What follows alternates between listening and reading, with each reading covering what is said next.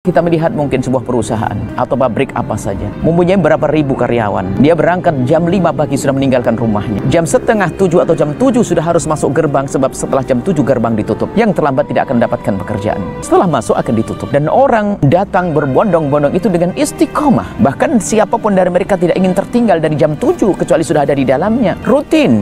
Apa yang menjadikan dia semangat seperti itu? Apa yang menjadikan dia istiqomah? Jawabnya adalah karena dia punya keyakinan bahasanya di akhir bulan nanti dia akan diberi uang atau gaji. Coba, kalau seandainya suatu ketika mendapatkan kabar dari orang yang bisa dipercaya, misalnya perusahaan ini runtuh dan kelihatannya bulan depan sudah tidak akan digaji, atau bahkan dengan pasti tidak akan digaji, tidak ada yang datang setelah itu. Maka datangnya orang tersebut untuk bekerja karena ada keyakinan bahwasanya di akhir bulan akan ada gaji yang diberikannya. Dia bekerja dengan siapa? Dengan orang yang belum tentu dia orang yang beriman kepada Allah, dan belum tentu orang itu orang jujur. Akan tapi orang tersebut percaya, karena percaya dia akan bekerja. Dan alangkah banyaknya orang setelah bekerja berbulan-bulan tidak digaji, ada kok. Nah ini jadi akan tapi yang kita perlu baca adalah semangat dia di dalam bekerja. Dia bisa datang tepat waktu karena keyakinan bahwasanya di situ dia akan mendapatkan imbalan, yaitu gaji atau uang yang bisa digunakan untuk berikan nafkah anak istrinya. Itu dengan manusia. Coba Anda pikirkan, Anda dengan Allah yang Anda setiap saat berucap atau mengungkapkan kalimat yakin iman kepada Allah, bersaksi tidak ada Tuhan selain Allah yang Maha Kuasa, Allah yang Maha Pemurah, Allah yang Maha Kuasa untuk membalas hambanya.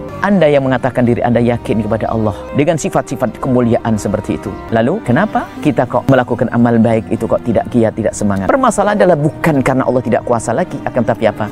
Yang keropos adalah keimanan kita.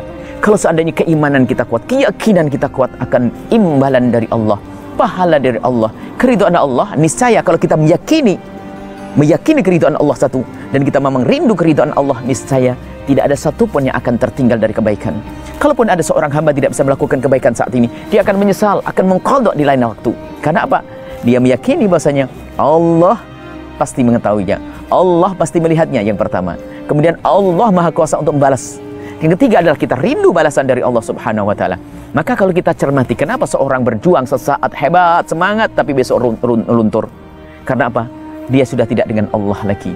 Kalau dengan Allah tidak pandang, termasuk dalam sebuah perjuangan, apakah itu lembaga, organisasi, grup perjuangan, maka ketahuilah, jika perjuanganmu karena Allah tidak akan putus.